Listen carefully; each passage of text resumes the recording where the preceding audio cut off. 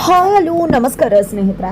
ಇಲ್ಲಿ ದೇವ್ಯಾನಿಯ ಹಾಗೆ ಅವರ ಮಗಳು ಅಂಜು ಇಬ್ರು ಕೂಡ ಸಖತ್ತಾಗಿ ಡ್ರಾಮಾ ಮಾಡ್ತಿದ್ದಾರೆ. ಇದರ ನಡುವೆ ಇಲ್ಲಿ ದೇವ್ಯಾನಿಯನ್ನ ಮಗಳೇ ಅಂಜು ಮನೆ ಬಿಟ್ಟು ಹೊರ ದಬ್ಬಿಡ್ತಾಳ.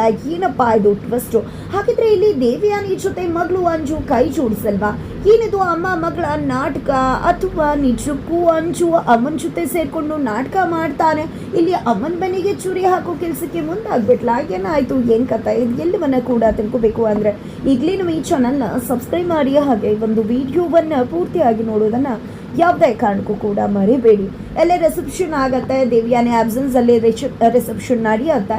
ಇತ್ತ ಕಡೆ ಶ್ರವಣ್ ಅವರನ್ನ ಭೂಮಿ ಬಂದು ಕೇಳ್ಕೋತಾರೆ. ಇಲ್ಲಿ ದೇವ್ಯಾನಿ ಅಮ್ಮ ಯಾವುದೇ ರೀತಿ ತಪ್ಪು ಮಾಡಿಲ್ಲ ಅಂತ ಹೇಳಿ ಅನ್ನಿಸ್ತದೆ. ದಯವಿಟ್ಟು ದೇವ್ಯಾನಿ ಅಮ್ಮನನ್ನ ಕರ್ಕೊಂಡು ಬರೋದು ಒಳ್ಳೇದು ಅಂತ ಹೇಳಿ. ಆದರೆ ಶ್ರವಣ್ ಅದಕ್ಕೆ ಒಪ್ಪೋದಿಲ್ಲ. ಮೊದಲಲ್ಲೇ ಯಾಕೆ ಕರ್ಕೊಂಡು ಬರಬೇಕು? ಆಕೆ ನನ್ನ ಹೆಂಡತಿ ಮಗಳನ್ನೇ ನನ್ನಿಂದ ದೂರ ಮಾಡ್ತವಳು, ನನ್ನ ಹೆಂಡತಿಯನ್ನೇ ಸಾಯಿಸೋದಕ್ಕೆ ಮುಂದಾದವಳು, ಅಂಥವಳನ್ನ ಬಿಡಿಸ್ಕೊಂಡು ಬರಬೇಕಾ? ನಾನಂತ ದೇವತಾ ಮನುಷ್ಯ ಅಲ್ಲ, ನನ್ನಿಂದ ಅದು ಸಾಧ್ಯನೇ ಇಲ್ಲ ಅಂತಾನೆ ಹೇಳ್ತಾರೆ ಇಲ್ಲಿ ಶ್ರವಣ್ ಅವರು.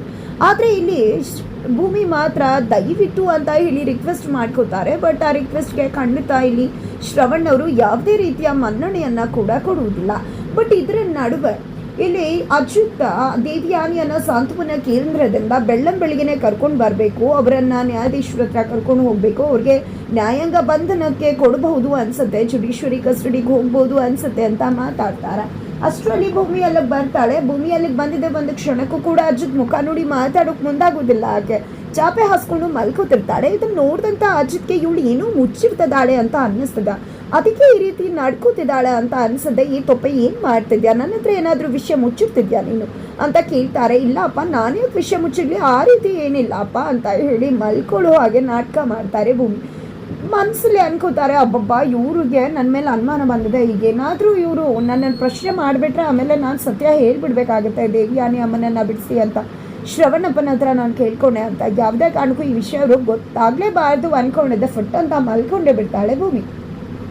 ತದನಂತರ ಬೆಳಗ್ಗೆ ಆಗತ್ತಾ. ಬೆಳಗ್ಗೆ ಆಗ್ತಿದ್ದಾಗೆ ದೇವ್ಯಾನಿಯನ್ನ ಸಾಂತ್ವನ ಕೇಂದ್ರದಿಂದ ಪೊಲೀಸ್ ಸ್ಟೇಷನ್ಗೆ ಕರ್ಕೊಂಡು ಬರಲಾಗಿದೆ.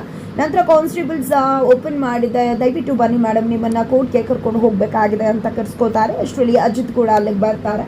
ಅಜಿತ್ ಬರ್ತಿದ್ದಾಗೇ ಕೈಯಲ್ಲಿ ಕೋಳ ಇರುತ್ತೆ. ನೋಡಿ, ಪೊಲೀಸ್ ಸ್ಟೇಷನಿಂದ ನ್ಯಾಯಾಲಯಕ್ಕೆ ಕರ್ಕೊಂಡು ಹೋಗಬೇಕಾದ್ರೆ ನಿಮಗೆ ನಾವು ಕೈಗೆ ಕೋಳ ಹಾಕಿನೇ ಕರ್ಕೊಂಡು ಹೋಗಬೇಕಾಗತ್ತೆ, ಇದು ಪ್ರೋಟೋಕಾಲ್ ಅಂತ ಹೇಳ್ತಾರೆ.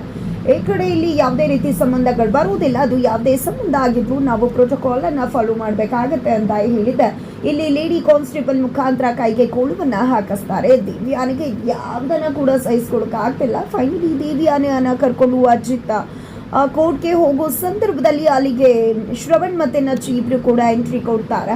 ಎಂಟ್ರಿ ಕೊಟ್ಟಿದ್ದೆ, ಏನಿದು ಯಾಕೆ ಬಂದಿದ್ರ ಅಂದಾಗ ದೇವ್ಯಾನಿಯನ್ನ ಬಿಡಿಸ್ಕೊಂಡು ಕರ್ಕೊಂಡು ಹೋಗೋಕೆ ಬಂದಿದ್ದೀವಿ ಅಂತ ಹೇಳ್ತಾರೆ. ಇದೇನು ಪಿಕ್ ಪಾಕೆಟ್ ಕೇಸ್ ಅಲ್ಲ, ಏನೋ ಕಾಂಪ್ರಮೈಸ್ ಮಾಡ್ಕೊಂಡು ಕರ್ಕೊಂಡು ಹೋಗೋದಕ್ಕೆ ಅಂತ ಅಜಿತ್ ಹೇಳಿದಾಗ ನನಗೂ ಕೂಡ ಗೊತ್ತದೆ, ಬೇಲ್ ತೊಗೊಂಡೆ ನಾನು ಇಲ್ಲಿಗೆ ಬಂದಿರೋದು ಅಂತ ಹೇಳಿದೆ. ಬೇಲ್ ತೋರಿಸ್ತಾರೆ.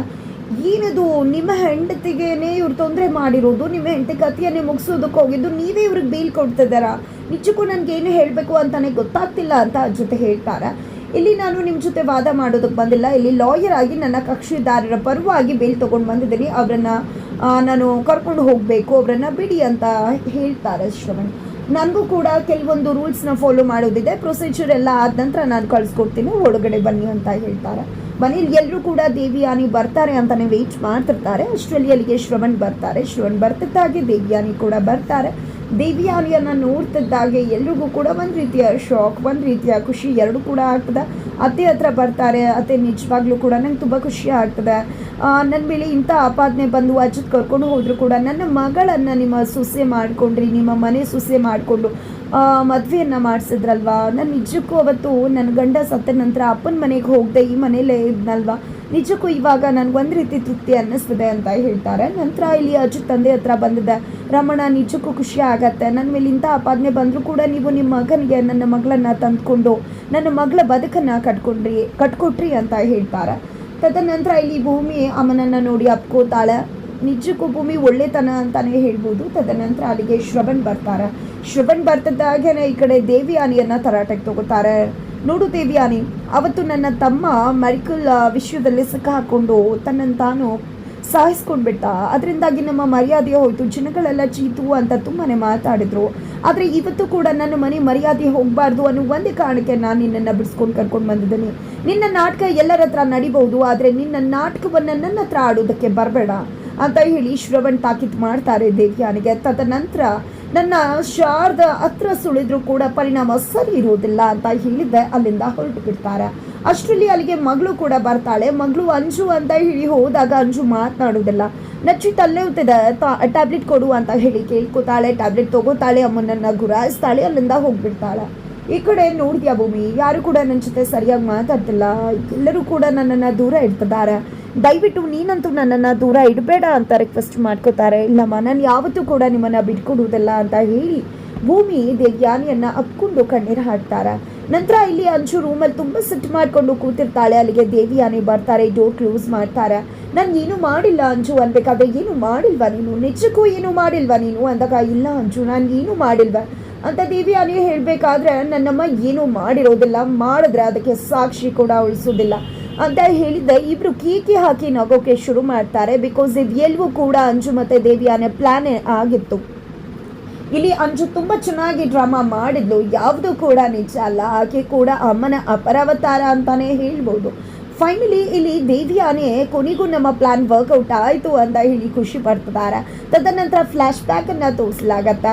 ಮದುವೆಗೂ ಮುನ್ನಾನೇ ದೇವ್ಯಾನಿಗೆ ಗೊತ್ತಿತ್ತು ಅಜಿತ್ ನನ್ನನ್ನು ಅರೆಸ್ಟ್ ಮಾಡಬಹುದು ಅಂತ. ಅದೇ ವಿಷಯವನ್ನು ಇಲ್ಲಿ ಅಂಜು ಹತ್ರ ಕೂಡ ಹೇಳಿದರು. ಯಾಕಮ್ಮ, ಆಲ್ರೆಡಿ ನೀನು ವಾಚನ್ನು ಇನ್ನೊಂದಿದೆ ಅಂತ ತೋರಿಸ್ದೆ ಅಲ್ವಾ ಅಂತ. ಆದರೆ ಅದನ್ನು ಅವನು ನಂಬಲಿಲ್ಲ. ಖಂಡಿತ ಜಾಡನ್ನು ಹಿಡಿದು ಹೋಗಿ ನನ್ನನ್ನು ಅರೆಸ್ಟ್ ಮಾಡೋ ಸಮಯ ಬಂದೇ ಬರುತ್ತೆ ಅಂತ ಹೇಳಿ ದೇವ್ಯಾನಿ ಒಂದು ಫೋಟೋವನ್ನು ಮಗಳಿಗೆ ತೋರಿಸಿರ್ತಾರೆ. ಅದರಲ್ಲಿ ಅವರ ಗಂಡ ಒಂದು PA ಜೊತೆ ಇರ್ತಾರೆ. ಅದನ್ನು ನೋಡಿದೆ ಇವರಿಬ್ರಿಗೂ ಏನಾದರೂ ರಿಲೇಷನ್ಶಿಪ್ ಅಫೇರ್ ಇತ್ತ ಅಂತ ಮಗಳು ಕೇಳಿದಾಗ, ನಿಮ್ಮಪ್ಪ ನನ್ನ ಬಿಟ್ಟು ಬೇರೆ ಯಾರನ್ನ ಕೂಡ ಕಣ್ಣಕ್ಕೆ ನೋಡುತ್ತಲ್ಲ, ಆಕೆ ಅವರ ಕಾಲೇಜ್ ಮೆಂಟ್, ಅವಳ ಒನ್ ಸೈಡ್ ಲವ್ ಇತ್ತು. ನಂತರ ಅವಳು ನಮ್ಮದೇ ಬಿಸ್ನೆಸ್ ಒಳಗಡೆ ಕಾಲಿಟ್ಲು, PA ಆಗಿದ್ಲು. ನಂತರ ಅವರು ಸತ್ತಾಗ ನಾನು ಹೇಳಿದೆ ಶ್ರವಣ್ ಇದಕ್ಕೆ ಕಾರಣ ಅಂತ. ಬಟ್ ಅವಳು ಬಂದು ಇದಕ್ಕೆಲ್ಲ ಕಾರಣ ನೀನೇನೆ ಅಂತ ಗೊತ್ತಿದೆ ನನಗೆ, ನಿಜಕ್ಕೂ ಕೂಡ ನಾನು ಎಲ್ಲ ವಿಷಯವನ್ನು ಕೂಡ ಶ್ರವಣ್ ಅವ್ರ ಹತ್ರ ಹೇಳ್ತೀನಿ ಅಂತ ಹೇಳಿದ್ದು. ಆಗ ನಾನು ನಿಜಕ್ಕೂ ಅವಳ ಕಥೆಯನ್ನೇ ಮುಗಿಸಿ ಮೇಲ್ಗಡೆ ಕಳಿಸ್ಬಿಟ್ಟೆ. ಈಗ ಇದೇ ಒಂದು ಫೋಟೋ ನಮ್ಮನ್ನು ಕಾಪಾಡುತ್ತೆ, ಇದು ನನಗೆ ಆಂಟಿಸಿಪೇಟ್ರಿ ಬೇಲಿ ಇದ್ದ ಹಾಗೆ ಅಂತ ಹೇಳಿ ದೇವ್ಯಾನಿ ಹೇಳ್ತಾರೆ. ಏನು ಒಮ್ಮೆ ಹೇಳ್ತಿದ್ಯಾ ನೀನು, ನನಗೊಂದು ಅರ್ಥ ಆಗ್ತಿಲ್ಲ ಅಂತ ಅಂಜು ಹೇಳಿದಾಗ, ನೋಡು ಅಂಜು, ಅಜಿತ್ ನನ್ನನ್ನು ಮದುವೆಗೆ ಮುನ್ನ ಅರೆಸ್ಟ್ ಮಾಡ್ದ ಅಂದರೆ ಈ ಫೋಟೋವನ್ನು ನಾನು ಇಲ್ಲಿ ಇಟ್ಟಿರ್ತೀನಿ, ಇದನ್ನು ನೀನು ಹೇಗೆ ಯೂಸ್ ಮಾಡಬೇಕು ಆ ರೀತಿ ಯೂಸ್ ಮಾಡಬೇಕು, ನನ್ನನ್ನು ಮನೆಯವರು ಬಿಡಿಸ್ಕೊಂಡು ಬರಬೇಕು, ಆ ರೀತಿ ನೀನು ಈ ಫೋಟೋವನ್ನು ಯೂಸ್ ಮಾಡಬೇಕು ಅಂತ ಹೇಳಿರ್ತಾರೆ. ತದನಂತರ ಈ ಕಡೆ ಅಂಚು ಅದೇ ರೀತಿ ನಡ್ಕೋತಾಳೆ. ಬಟ್ ಇಲ್ಲಿ ದ್ವೇಷ ಮಾಡೋದು ಯಾವುದು ಕೂಡ ಅವರ ಪ್ಲಾನಲ್ಲಿ ಇರುವುದಿಲ್ಲ. ಆದರೂ ಕೂಡ ದೇವ್ಯಾನಿ ಯಾಕೆ ರೀತಿ ನನ್ನ ದ್ವೇಷ ಮಾಡಿದೆ ನೀನು ಅಂತ ಪ್ರೆಸೆಂಟಲ್ಲಿ ಕೇಳ್ತಾರೆ. ಮೊಹಮ್ಮದ್ ನನ್ನ ಇಂಪ್ರೂವೈಸೇಷನ್ನ ಇನ್ನು ಮುಂದೆ ನೋಡು ನಾನು ಏನು ಮಾಡ್ತೀನಿ ಅಂತ. ನನ್ನಿಂದ ಫಸ್ಟ್ ಲವ್ನ ಕಿತ್ಕೊಂಡಂತಹ ಭೂಮಿಯನ್ನು ಬಿಡುವುದಿಲ್ಲ. ಹಾಗೆ ನನ್ನ ಮದುವೆಯಲ್ಲಿ ಇರಲಿಲ್ಲ, ನನ್ನ ಕನಸನ್ನ ಮದುವೆಯನ್ನೇ ನುಚ್ಚುನೂರು ಮಾಡಿದಂಥ ಅಜಿತ್ತನ್ನು ಸುಮ್ಮನೆ ಬಿಡುವುದಿಲ್ಲ, ನನ್ನ ಅಪ್ಪನನ್ನು ಕಿತ್ಕೊಂಡಂಥ ಶ್ರವಣ್ಣನ ಕೂಡ ಸುಮ್ಮನೆ ಬಿಡುವುದಿಲ್ಲ, ಇವ್ರಿಗೆಲ್ಲರಿಗೂ ಕೂಡ ಹೇಗೆ ಪಾಠ ಕಲಿಸ್ತೀನಿ ನೋಡ್ತಾ ಇರು ಅಂತ ಹೇಳಿದಾಗ, ಏನಿದು ಇಷ್ಟೊಂದು ಟ್ರಾನ್ಸ್ಫಾರ್ಮೇಷನ್ ಅಂತ ಹೇಳಿ ದೇವ್ಯಾನಿ ಕೇಳಿದಾಗ, ಹೌದಮ್ಮ ಇನ್ನು ಮುಂದೆ ಇದೇ ಅಂಜು ಅಂತ ಹೇಳ್ತಾರೆ. ಎತ್ತ ಕಡೆ ಅಜಿತ್ಗೆ ತುಂಬ ಟೆನ್ಷನ್ ಆಗಿದೆ, ಏನಿದು ಹೇಗೆ ಶ್ರವಣ್ಣ ಮಾವ ಈ ರೀತಿ ಮಾಡೋಕ್ಕೆ ಸಾಧ್ಯ, ಖಂಡಿತ ಅವರೇ ಈ ಡಿಸಿಷನ್ ತೊಗೊಂಡಿರೋದಿಲ್ಲ, ಅವರು ತುಂಬ ಎಮೋಷ್ನಲಿ ಯಾರೋ ಒಬ್ಬರನ್ನ ಬ್ಲ್ಯಾಕ್ ಮೇಲ್ ಮಾಡಿರ್ತಾರೆ ಅಂತ ಹೇಳಿ ಭೂಮಿ ಹತ್ರ ಹೇಳಿದಾಗ, ಭೂಮಿ ನಾನೇ ಮಾಡಿದ್ದು ಅಂತ ಕೂಡ ಹೇಳ್ತಾರೆ, ನಾನೇ ಒಬ್ಬರನ್ನ ಒಪ್ಪಿಸಿದ್ದು ಅಂತ ಕೂಡ ಹೇಳ್ತಾರೆ.